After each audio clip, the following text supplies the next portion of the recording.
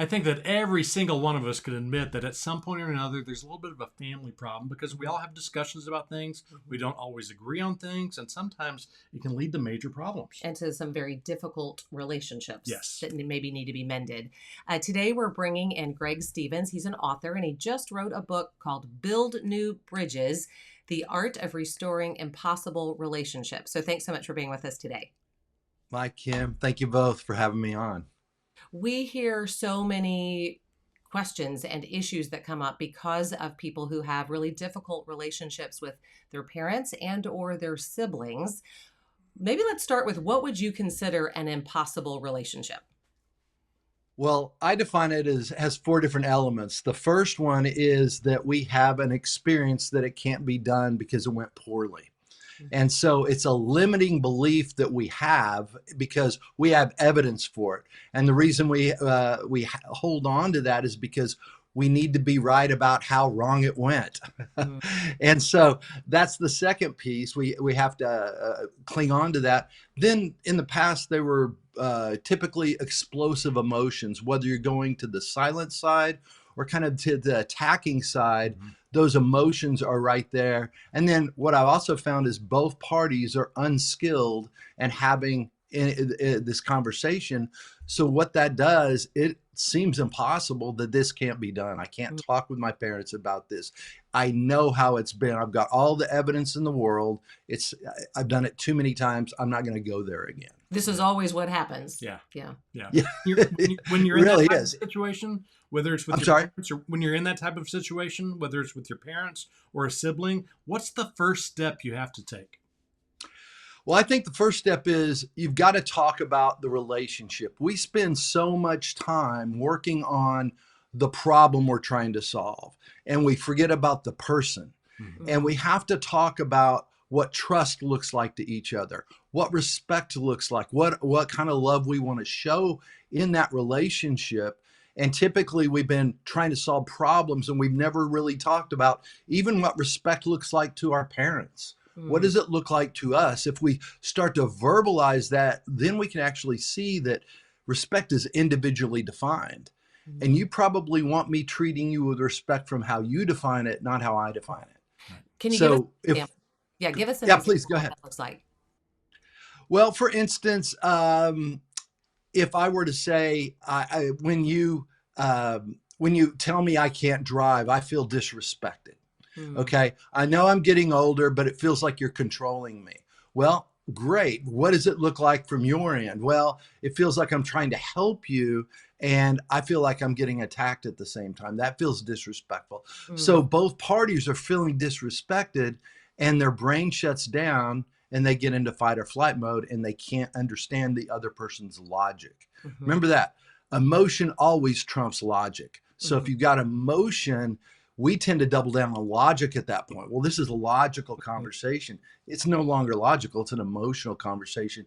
And the emotions come from those areas of disrespect, of trust, and things like that. So we need to talk about our relationship, not the thing we're trying to achieve at first. And those emotions can be so strong, but when you feel like you're doing everything possible, I'm fighting if I need to, I'm flighting if I need to, I'm being nice, I'm being considerate, but the other side, whether it's mom or dad or brother or sister, they just won't bend, they won't do anything. What do we do to get through to them? Well, first, you can never change another person. You can only change yourself, and trying to change that person, what happens is when we try to control, we actually become less influential with other people. And so we have to let go of that. And the thing I have to master is my own emotions. I have to manage my emotions in that moment. And the way I've learned to do it is to stop everything, take a breath, and get back to your best intent, your best motive. Why are we here? The reason I want to do this is I want a good relationship with you, mom or dad. And I want to make sure we're doing some things going forward that are going to work for both of us. Let's get back to that. When things get emotional, always go back to your best intent. It's the foundation of why you're having the conversation in the first place. Good tip. Good tip. So how do you I mean, you're giving some great nuggets about, think about why you're doing it, and really understanding what it is that they're hearing, because I think that that's part of the issue, is that we hear things through the lens of, or the filter of which we just think through things. So how do we approach these really difficult conversations? Do you just say, hey, mom or dad or brother or sister, let's sit down because I really want to have a heart to heart with you? What do you do to help them not be defensive? Well, yeah, I think what you do is you lay out that best intent, but as you begin, you let them know, I want to talk about our relationship. I'd like to talk about trust. I'd talk about go back to that first thing, then talk about the reason I'm doing this is because we've been running into some problems, and I don't think it's working for either of us. Mhm. And so my intent is to make that work for both of us. And to do that, I think we need to set some agreements in place about how we're going forward. You don't want to set agreements when it's emotional. Take the time when it's not, when you're in that logical space that you can actually say, let's start doing these things, and give yourself a fail safe, because you will revert back to what you know. Mhm. And so when that happens, how do we want to get us back to talking about breaking our agreements? What's the best way for me to approach you, mom or dad, if you tend to break the agreement you said? And here's what I'd like you to do for me. Bring it up to me. Talk to me about it, because it's not my intent to do that. I might be just going on my old way of doing things that I've forgotten, because as human beings, we forget so much. And it is naive to think one conversation is going to handle everything. Mhm. It's typically a series of conversations, because as human beings, we're creatures of habit and we forget things. Mhm. That's what I, we do. I love the way you're describing this, because in so many ways, I think it's a lot like a business merger, because you have to have discussions, and maybe multiple discussions, to figure out who's going to give up what and how we're going to get together. And Yeah. so many of us are used to that in the business world, and yet we forget about it when we're dealing with family. Well, family is a more emotional conversation typically. It's interesting, as I'm talking to people and teach these skills, people say, well, I'll try it at home. I don't want to do it at work. And I'm like, good. The hard ones are at home. You're doing the heavy lifting. But people don't think about that. But you're most emotional about around the people you know. Your guard is down more. Mhm. Well, and there's just a lot of history and baggage, and just this is maybe the way our family has always communicated or operated. And that, Yeah. I think, adds that whole extra layer of potentially just difficulty of changing, because we've just Yeah. always done it this way. So I guess as part of it, don't be frustrated if it doesn't go well potentially, or perfectly the first time. This is an ongoing discussion, whether they get defensive the first time and kind of shut you out, or you just revert back to the things that you've done before. Yeah, I think what you do is you take a pause wherever you are. When you feel that emotion coming on, some people feel it in their guts, some people shake. There's a lot of different things that happen when that adrenaline hits.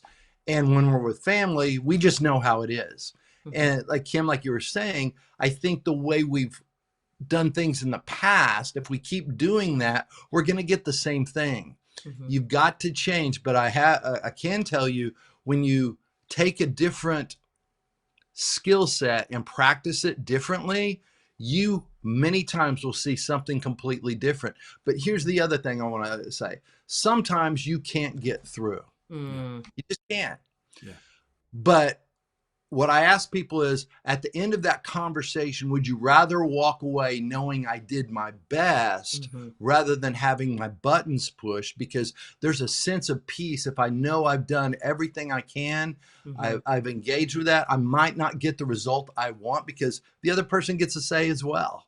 Mhm. But there's something powerful about walking away saying, I know I did my best. And because of that, I believe there's hope later. I find over and over, when we show up as our best, we call others to be their best many times. Yeah, I was wondering, are there ever cases where it just doesn't work? The other Yeah. person isn't willing, it just that Yeah. it doesn't you can't restore that impossible relationship. Yeah.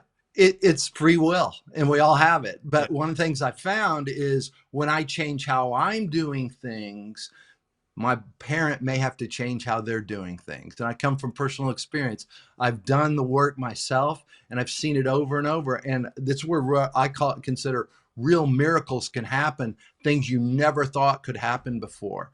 It's possible, but you have to have skills, you have to do something different, and you have to be in charge of your emotions rather than allowing them to be in charge of you. Yeah. Yeah. And I think you also have to remember and think about the personalities involved, because you know the personalities of yourself and your family members more than anybody. So you know the buttons you can push and the buttons you can't push. Mm-hmm. Exactly. That's so true. And that's what I tell people all the time. Don't try to communicate like I communicate. Communicate like you do, your natural way of communicating, but learn a new skill. If anything, stop, take a breath, say, this isn't going where I wanted it to. Let's get back to my original intent that I talked about. It's to make sure we solve a problem and our relationship is stronger. Would that be okay if we reset back to that? You might have to reset 10, 15, 20 times, but it's worth it. Yes. If you get to that end. So, because that's what people doubt. They doubt your intent. And most of the time when it's a parent, they feel like there's a pressure there that I have to do something. I'm supposed to be the parent. It's another thing. A lot of times, even getting to this stage, I've seen parents who said, okay, my kid's getting out of high school now. I need to reset agreements in our relationship because they're going to be different going to college. After college, as an adult to parents, parents to where we are now. Each time you get a different phase of your life, we need to set up new agreements because we're not the same person at that point. So from a practical standpoint, because I'm kind of like, like what are the steps? Do you literally use that language to say, hey, mom and dad, I want to set up an agreement of how our relationship's going to look or how we're going to communicate? Is it potentially using that language? I do. I use exactly like I'm talking about here. And some people say that's kind of weird. It is a little weird. It's awkward because we don't typically do this. We don't talk about these things. But if you set the stage, you can talk about almost anything as you do it. And it's how you set it up, but you set it up with your best intent. You set up with, I want this to work for you. I don't want the later years of us battling each other. That's not what I want. And I don't want you to feel like you're being controlled. And things have changed. You're older. And we have other responsibilities as well. We need to make sure this works for everyone. And we all know we have to sacrifice at some point. Yeah. So many great tips. Amazing. Greg, we really appreciate this. I think you're going to help a lot of people with all these tips. Well, thank you so much for having me on the show. Appreciate it. Thank you. I think what we're learning here is, again, what we always say, you've got to communicate. You've got to talk. And sometimes you've got to watch your emotions because, like you said, the emotions are so strong. Yeah. Sometimes that can be prevalent. Right. So it's just really thinking through what are the ways I want to communicate and what are the different approaches I might take if what I've been doing isn't working. Exactly.